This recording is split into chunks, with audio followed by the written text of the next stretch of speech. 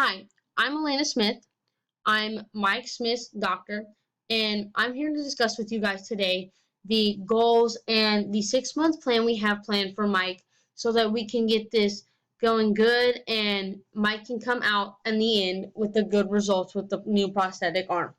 Now, we know that Mike's arm has been amputated, and there's the next couple stages within the next 6 months that we need to take. Well, one of the first steps is speaking to a prosthetist. Now, speaking to a prosthetist can get us a good prosthetic arm that can make Mike Smith very comfortable with it and for him to be very confident enough to where he can wear it in public and in school and out with friends. So he wouldn't be ashamed of this. Now, since the arm was amputated and he needs when the amputation heals, then that's when he will receive the prosthetic arm. But until then, no. Now, he will need to attend physical therapy and psychological sessions with the occupational therapist because he needs to deal with the emotions and the life-changing issue that has occurred. Now, and he has to learn how to do the physical learning of how to do basic necessities again so he can go on with everyday life. Now, if Mike Smith listens to everything we give advice to, then he will have no problem jumping right back into playing percussion again and trying out for the basketball team. Now, since Mike Smith is only 16 years old, daily activities become very challenging as he's still learning and growing. But since he's very young, I believe as his doctor that it's very beneficial for him to do psychological sessions and have physical and occupational therapy since he did lose an arm. Now these sessions will deal with it emotionally since it can be difficult for him since it's very new and it can be uncomfortable around all his peers. Now the physical and occupational therapists are going to teach him how to write again, perform daily activities, do the basic needs of a life like bathing, putting on clothes, learning how to deal without his dominant arm since that is the one he lost. Now the hospital will suggest that a PM and an ART physician provide pain medication after his surgery because losing the arm can do a lot of pain throughout the rest of the body since you honestly did lose a limb. You lost part of your body. Now, this pain will be for the next 3 months, and he will need this medication for the rest of his life because yes, the pain will come and go. Now, the schedule, like I've said before, there's going to be 5 stages throughout the next 6 months. These 5 stages, there's the acute phase, the pre-prosthetic training phase, the basic prosthetic training phase, the advanced prosthetic training phase, and the discharge. Now, the acute phase deals with the development plan. This development plan is, I'm telling you, is going to have the occupational therapist that we recommend, and they're going to provide, when you choose one, they're going to provide psychological classes to help treat the wounds. So he can deal with it emotionally and learning how to deal with like basic living again. So he doesn't have to rely on someone 24/7. Now the PM and the R physician will talk to him about medication to ease his pain so he doesn't go crazy with it and so he can be comfortable in the new prosthetic. Now the physical therapist will assist him with trying to figure out the range of motion with his arm. With the prosthetic, you want it to be comfortable and you want it to seem like it's a real arm. Even though we know it's not, you want it to seem like it is real so it doesn't affect your life completely. And the doctors such as me and others like the physical therapist and the occupational therapist will confront him about the long and short-term effects of the prosthetic and what it will do. Now, moving on to the next month, the second month of this training is the pre-prosthetic training phase.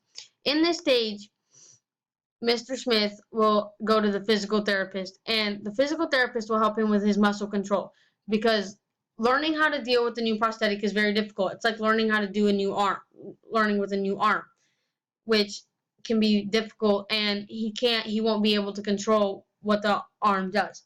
So they'll teach him new ways to control it, new motions of the prosthetic arm, and how to control it. Now, the occupational therapist will introduce daily/basic activities that could help him, such as drinking, putting on clothes, bathing, just the what's needed. And it will be challenging because since this is Mr. Smith's dominant arm that he has lost, it makes it more challenging for him to learn how to do things with the opposite arm. Now, the PM&R physician that we have provided will keep providing the pain medication throughout the entire treatment to deal with the pain that comes with the physical therapy and all occupational therapy. Now, the next month, the third month of this, will be the basic prosthetic training phase. In this phase, now with like the doctors, the physical therapy doctors and me will properly show Mr. Smith how to take care of the prosthetic arm. Now, prosthetics only last 3 to 5 years, and the best care for them, it could last 5 years. That's when you really take care of them. So it'd be best if you guys watch him and learn how to deal with this altogether. Now, the occupational therapist will continue to work with him to perfect his control over basic and required tasks that he needs to learn how to do, like cleaning around the house and all that stuff. But at the same time, dealing with psychological issues. Since Mike Smith, once again, is only 16, this is a big emotional shift throughout his lifetime. It will affect him for the rest of his life. And the occupational therapist will provide emotional help and clarify many things, so he's not confused all the time. And the occupational therapist could possibly introduce an older man that has dealt with this around the same age he was and can teach him how to deal with it for the rest of his life. Now, the next step, the 4 months, is the advanced prosthetic training. At this time, Mr. Smith will have the chance to learn to do more than just basic. He can do hobbies. He can go try out for the basketball team, do marching band, play percussion, so that he can do all this stuff again, try to get back into his old daily routine. But all this is being supervised while under the occupational therapist, so Mike Smith doesn't take on too much that he doesn't need to take on. Now, he will be able to perform tasks around the house, so it helps us, you parents, how to clean. He can go to school now. He'll be able to learn and type again. Now, since he did lose the dominant arm, he will learn how to write with the other arm, because learning how to write with prosthetic may be very difficult. And he will be able to deal with motor vehicles with the prosthetic, which can be very helpful. And medication will still be supplied from the PM&R physician. Now, the final stage, the 5th and 6th month, is his discharge. The hospital will still have him under surveillance, but he'll be able to go home. He'll know his basic, he'll master his skills and learn all of the resources needed to live daily life again. He will not need 24/7 supervision. He will be his occupational therapist and physical therapist will be available at any time, and he will be allowed to be focused on himself. He will allow himself to be reliant on him, and he will have full engagement in all activities. And will still have assistance from the PM&R and the R physician, because they'll still provide him with his pain medications and whatever else he needs for the rest of his lifetime. Now, 2 things out of this entire thing that will be improved after the physical and occupational therapist is, since Mike has lost an arm at such a young age, he's now able to learn how to use his other arm. He's more comfortable. He's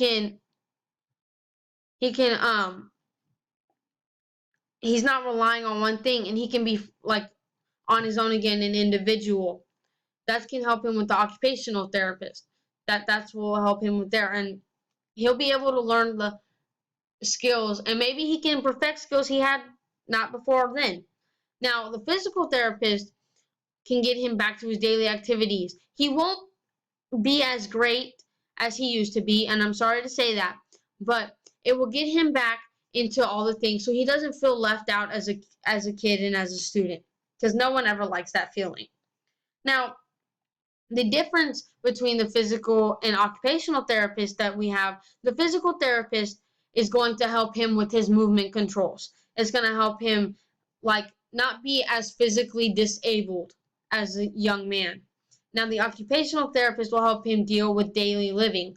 It will help him handle the like bathing, writing, eating, anything having to deal with the person's daily life.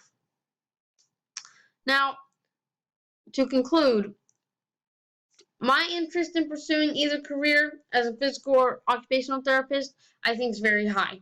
Physical therapy gives me a big interest because I'm interested in helping people, giving people the opportunity to like see that like bright something in their eyes saying, "Oh my god, I can do this again because you helped me."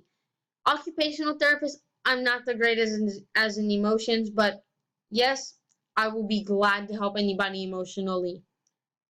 Well, thank you for listening, and I hope you've gotten a lot out of this. And if you have any questions, be free to contact me at any time. Thank you.